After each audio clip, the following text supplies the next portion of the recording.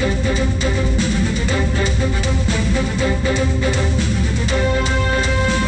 well, and tonight I want to talk about two words: equity and equality. I do so well aware that President Uhuru Kenyatta is set to address the nation once more on the country's COVID-19 situation. There is expectation that he may issue a raft of new measures and guidelines to combat the spread of the deadly virus. The Merriam-Webster dictionary defines equity as justice according to natural law or rights, specifically freedom from bias or favoritism. The Cambridge Dictionary defines equity as the situation in which everyone is treated fairly and equally. On the other hand, the Cambridge Dictionary defines equality as the right of different groups of people to have a similar social position and receive the same treatment.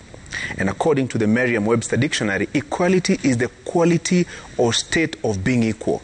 Among the listed synonyms for equality is equivalence, parity, and sameness. Now, when President Kenyatta first announced the dusk to dawn curfew last year, the effects were major on the country's nightlife and economy. The intentions were clear: to curb the spread of coronavirus and save lives.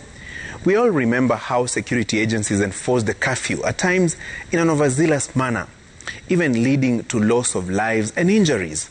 I highly doubt the president will lift the 11 p.m. to 4 a.m. curfew, despite calls by various quarters to do so.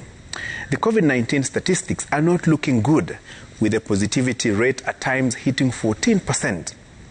But I have a question. Is the curfew primarily meant to tame the spread of coronavirus, or is there another reason or reasons? I ask this because the activities witnessed during the day, and particularly by the political class, are, in my view, super spreaders of the virus. The leaders, including the president, his deputy, his handshake partner, and other national political players, have been hopping from one public meeting to another, addressing people in hyped rallies without any regard for social distancing or wearing face masks. So how then do you convince a person who relied on the night economy for their livelihood that the curfew was meant to stop the spread of coronavirus, yet during the day, it's business as usual with reckless abandon? One would even ask, is the virus nocturnal? A few days ago, I interacted with a popular DJ who shared his experiences before and after the curfew. The young man told me how life has changed for the worse, with limited opportunities to ply his trade after doors were shut on clubs and entertainment joints. There are also artists who used to perform at night.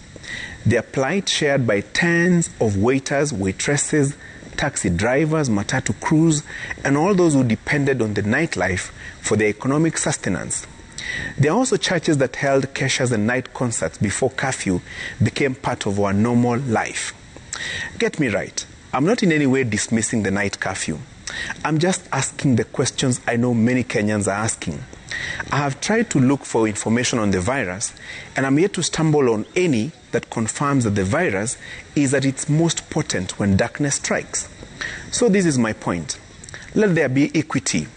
Let there be equality. It's a simple justice issue. The guidelines must apply to all and for all. After all, in the words of Benjamin Franklin, justice will not be served until those who are unaffected are as outraged as those who are.